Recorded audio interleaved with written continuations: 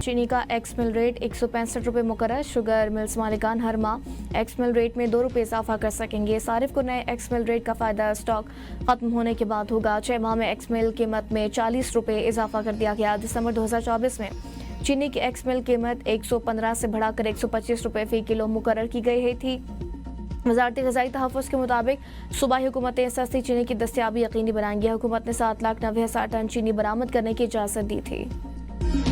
दिन ब दिन महंगाई करते जाते हैं, कभी पेट्रोल के ऊपर कभी चीनी के ऊपर, तो हुकूमत को चाहिए कि आवाम को कुछ ना कुछ रिलीफ दें। हुकूमत का काम है ना सस्ता करना, तो हुकूमत की इस पास इसकी तवज्जो ही नहीं है। हुकूमत की तो चाहिए कि इसमें कोई करें, क्योंकि गरीब आवाम है वो चीनी नहीं खरीद सकती। दिन जो इजाफा हो रहा है उससे हम बड़ी परेशानी हो रही है, क्योंकि हर चीज़ पर महंगाई होती जा रही है। चीनी की डबल सेंचुरी मुल्क के मुख्तलिफ शहरों में चीनी की कीमत को पार लग गया। हुकूमत खामोश तमाशाई निर्ख अवाम की पहुंच से दूर होने लगे। कहीं चीनी 190 रुपये फी किलो तो कहीं 200 रुपये फी किलो तक जा पहुंची। प्राइस कंट्रोल कमेटियां गायब, मुनाफाखोर सरगर्म। चीनी बहरान ने अवाम को चकरा दिया। शहरियों का ज़िला इंतजामिया से फौरी नरखनामे जारी करने का मुतालिबा। कहा प्राइस कंट्रोल कमेटियां मुतहर्रिक की जाएं ताकि मसनूई महंगाई को रोका जा सके। दरामद बरामद के चक्कर में आवाम को अरबों का चूना लग गया। हुकूमत ने चीनी दरामद में शुगर माफिया को टैक्स में भी रिलीफ दे दिया।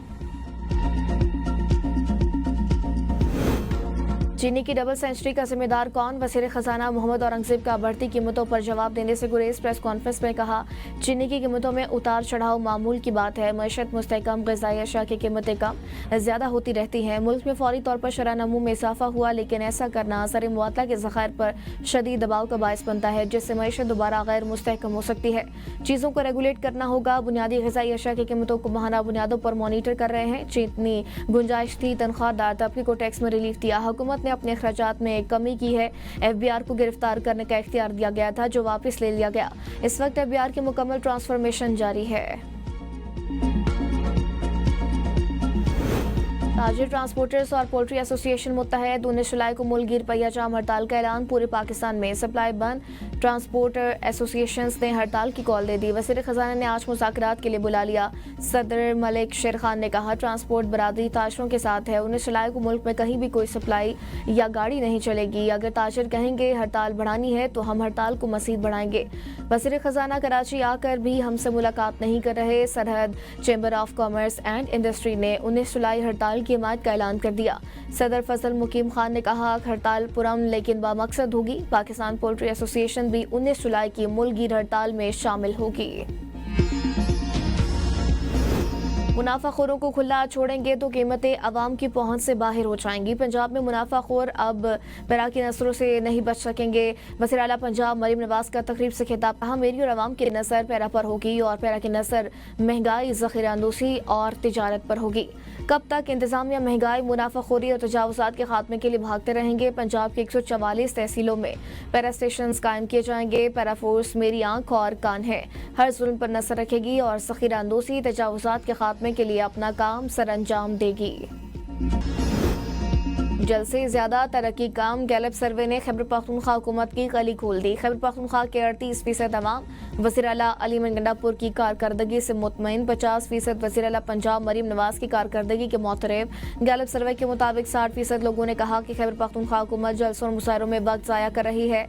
57% अफराद सूबे में अमन अमान की सूरत हाल से खौफजदा। 52% के मुताबिक तरक्याती फंड करप्शन के नजर हो चुके।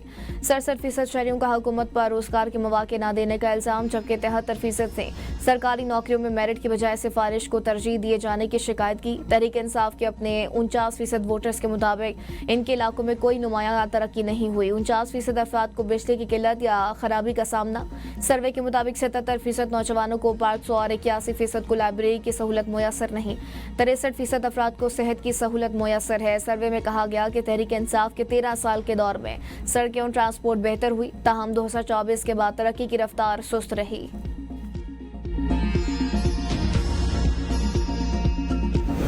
PTI में अंदरूनी इख्तिलाफात। चेयरमैन PTI बैरिस्टर गौहर का आलिया हमजा और शेख वकास अकरम से राबता। बैरिस्टर गौहर ने रहनुमाओं को इख्तिलाफी बयान देने से रोक दिया। कहा पार्टी फोरम मौजूद है, मसाइल फोरम पर डिस्कस करें। किसी रहनुमा को शिकायत है तो मुझे बताएं। मनोअन मामला बानी पीटे के सामने रख दूंगा। अली हमजा के बयान के बाद शेख वकास अकरम का ऑडियो पैगाम मंजिल आम पर आ गया। मुबैना ऑडियो में शेख वकास अकरम अली हमजा के रवैये पर नाराजगी का इजहार कर रहे हैं। शेख वकास अकरम ने ऑडियो पैगाम में कहा, आपने मेरा मैसेज सयाको सबाक से हटकर मीडिया के साथ शेयर किया, ये नाकाबिल बर्दाश्त है। आप किस किस्म की खातून हैं? आप लोग इतने मीडिया के भूखे हैं कि मेरे मैसेजेस लीक कर रहे हैं। मैं इन्हें असल हकायक बताऊंगा कि कोर कमेटी में आपके कहने पर क्या किया। पीटीआई से इख्तिलाफ खत्म नहीं कर रहे, चाहते हैं ताल्लुकात में म्याना रवि रखी जाए। सरबराह JUI मौलाना फजल रहमान की 4 सदा में मीडिया से गुफ्तगू। अपोजिशन के किरदार पर शदीद तहफ़्फ़ुज़ात का इजहार करते हुए कहा, सूबे में अपोजिशन के साथ इन हालात में कैसे चले। अपोजिशन जमातें अरकान की रुकनियत मुअत्तल कराने के लिए अदालतों से रुजू कर रही हैं। मुस्लिम लीग नून ने भी हमारे खिलाफ अदालत का दरवाज़ा खटखटाया है।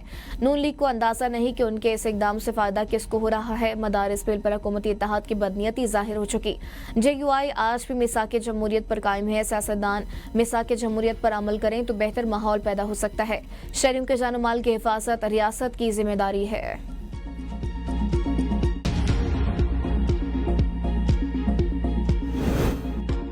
मौलाना फजल रहमान के भाई ज़ियाउर रहमान ने अलीमन गंडापुर का चैलेंज कबूल कर लिया। ABN न्यूज़ के प्रोग्राम बदलों में इंजीनियर ज़ियाउर रहमान ने कहा कि अलीमन तुम्हारी औकात नहीं कि मौलाना फजल रहमान तुम्हारा चैलेंज कबूल करें।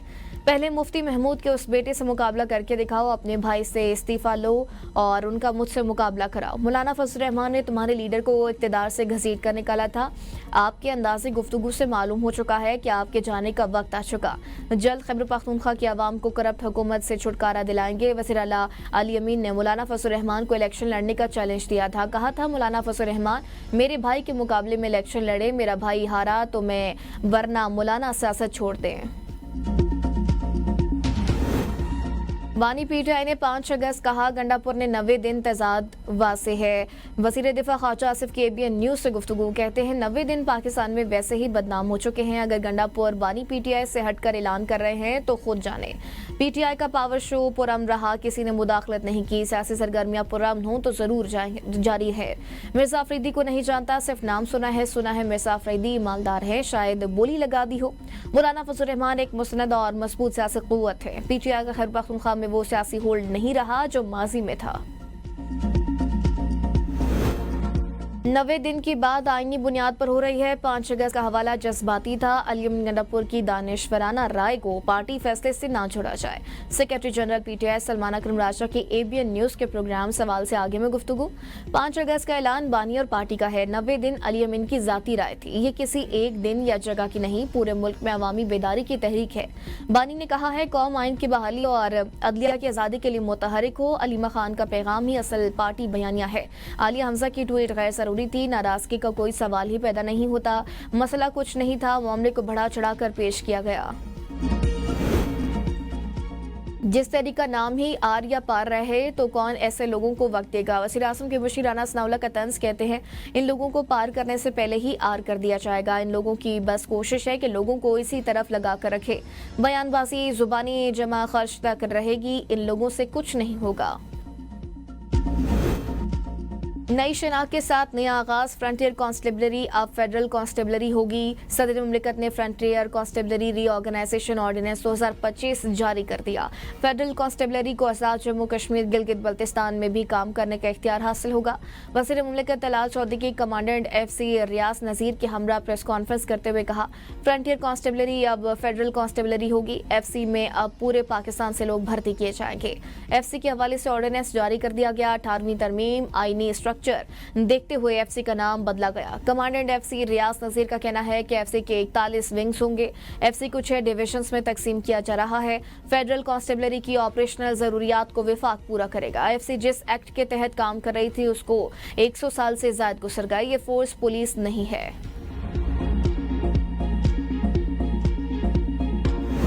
मार्गला एवेन्यू मॉन्यूमेंट की तामीर तनाज़े का शिकार। सोशल मीडिया पर कड़ी तनकीद। सार्फिन ने सवाल उठाया, ये आइडिया किसका था।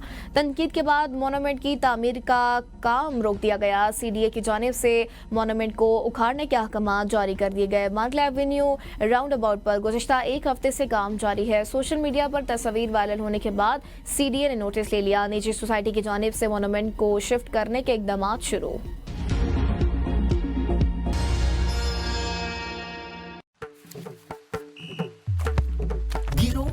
ट्राई फिर से गिरो उठो ट्राई, गिरो उठो ट्राई फिर से गिरो उठो ट्राई।